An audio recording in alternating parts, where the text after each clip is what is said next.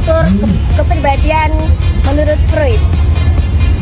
Saya Ika Caheti, pemateri ketiga yang akan membahas tentang mekanisme pertahanan diri. Saya Rauditul Mahmuda, pemateri keempat yang akan membahas contoh mekanisme pertahanan diri. Saya Diska Patricia sebagai pemateri kelima yang akan menjelaskan tentang tahapan perkembangan psikoseksual. Saya Fira Faradila yang pemateri keenam yang akan memberikan kesimpulan. Halo, seperti video di awal, di sini saya sebagai pemateri pertama yang akan menjelaskan tentang pengertian psikoanalisis. Jadi, psikoanalisis adalah sebuah teori psikologis yang dikembangkan oleh Sigmund Freud yang menggali pikiran bawah sadar seseorang untuk memahami perilaku dan kondisi psikologis mereka. Metode ini melibatkan analisis tentang bagaimana pengalaman masa lalu, terutama yang tersembunyi di bawah permukaan, mempengaruhi perilaku dan emosi seseorang. Salah satu contoh dari teori psikoanalisis adalah teori ini dikembangkan oleh Sigmund Freud. Teori ini menyoroti peran bawah sadar dalam membentuk perilaku manusia dan menekankan pentingnya konsep seperti id, ego, dan superego dalam memahami dinamika psikologis individu. Mungkin untuk selanjutnya akan dibahas oleh teman saya. Baiklah, di sini saya akan melanjutkan materi kedua, yaitu adalah 3 struktur menurut Freud. Yang pertama adalah ada ide. Ide ini adalah bagian yang paling penting dalam primitif dan kepribadian yang berisi dorongan dan insting dasar, seperti seksualitas dan agresi. Yang kedua yaitu ada ego. Ego ini adalah bagian dari kepribadian juga yang dimana menengahi antara ide dan superego. Ego ini beroperasi dengan prinsip realitas, berusaha untuk memuaskan kebutuhan ide dengan cara realitas. Yang terakhir yaitu yang ketiga itu superego. Superego ini adalah bagian kepribadian yang berisi nilai-nilai moral dan etika. Superego ini dia beroperasi dengan prinsip idealis. Hal ini berusaha untuk membuat kita menjadi sempurna dan mematuhi aturan norma, yang dimana norma ini adalah norma sosial. Terima kasih. Jadi materi selanjutnya itu tentang mekanisme pertahanan diri. Dalam psikologi yaitu strategi mental yang digunakan oleh individu untuk mengurangi kecemasan, konflik, atau ketidaknyamanan. Psikologi yang timbul dari konflik antara kebutuhan, dorongan, atau nilai-nilai internal yang bertentangan. Ini bisa terjadi secara tidak sadar atau membantu individu untuk menjaga keseimbangan psikologi mereka. Ada beberapa mekanisme pertahanan diri yang telah diidentifikasi oleh psikolog, dan mereka beroperasi pada berbagai tingkat kesadaran. Yang pertama itu ada regresi, yang kedua penyangkalan, yang ketiga rasionalisasi, yang keempat ada proyeksi, yang kelima sublimasi, keenam kompensasi, 7 reaksi formasi, dan yang terakhir adalah isolasi. Mekanisme pertahanan diri ini dapat membantu individu untuk mengatasi stres dan ketidaknyamanan, tetapi juga digunakan secara berlebihan atau secara terus-menerus. Mereka juga dapat menjadi penghalang bagi pertumbuhan pribadi dan pemecahan masalah yang efektif. Baiklah, saya akan menjelaskan contoh mekanisme pertahanan diri. Yang pertama, penyangkalan. Penyangkalan merupakan langkah pertama dari pertahanan diri yang diaplikasikan oleh alam bawah sadar manusia. Yang kedua, represi. Seorang akan memiliki untuk menyembunyikan atau menghalangi masalah-masalah tersebut masuk ke dalam alam bawah sadar. Yang ketiga, represi terjadi ketika seorang yang merasakan tercantum atau gelisah secara tidak sadar melakukan reaksi pelarian dengan cara yang sama ketika seorang tersebut masih kecil. Yang keempat, proyeksi. Penilaian seseorang terhadap orang lain dan sekitarnya memiliki peran penting dalam bentuk mekanisme pertahanan diri.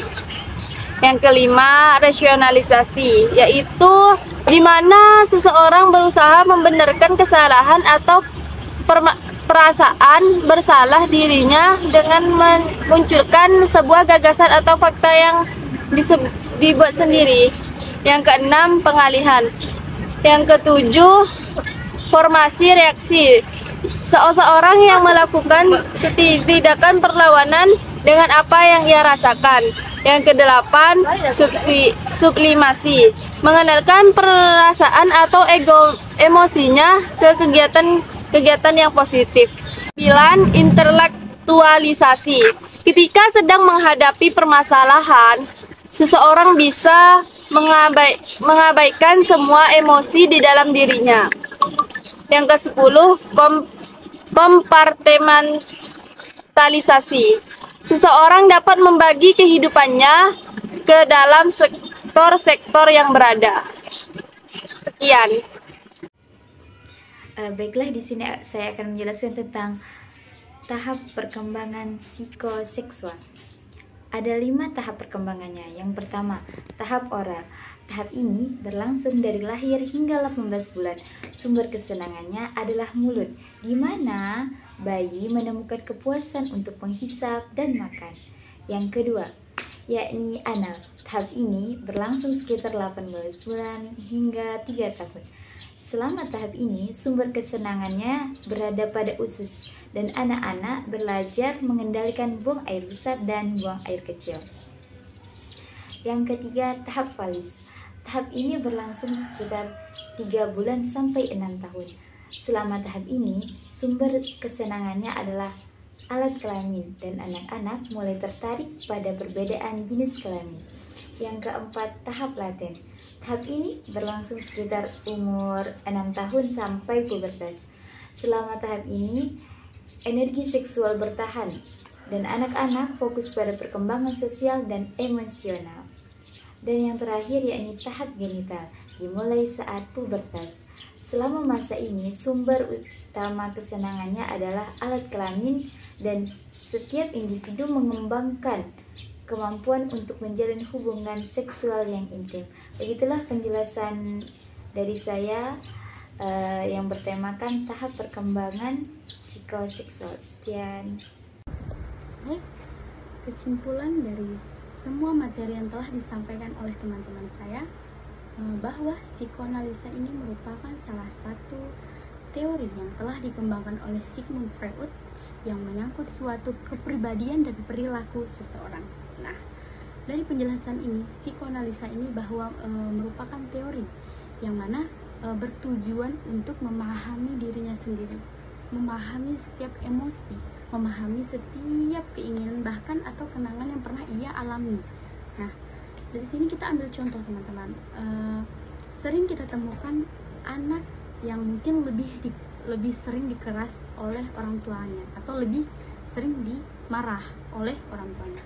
Nah, sering kita lihat condong dari perilaku si anak, mungkin si anak ketika ditegur mungkin akan lebih mudah tersinggung, lebih mudah sering nangis, bahkan perkataannya mungkin akan lebih sedikit kasar, atau perilakunya nih, dia tidak akan mudah segan kayak sopan kepada seseorang. Nah, dari sini kita belajar bahwa sebenarnya psikoanalisa ini yang membentuknya itu adalah kita sendiri, yang merupakan dari alam bawah sadar kita, yang mana ketika seseorang itu dididik oleh orang tuanya dengan keras, maka ia akan merasa bahwa orang tuanya ini sebenarnya nggak sayang sama dia.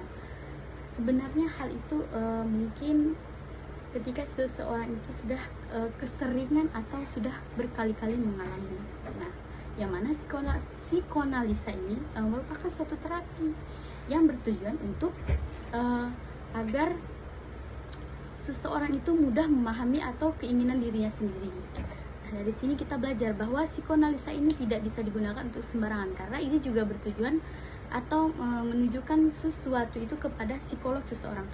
Jika kita terapkan terus dalam kehidupan, dia akan mudah melakukan sesuatu dengan keinginan sendiri, bahkan dia mungkin tidak segan melakukan apa yang dia inginkan, gitu kan.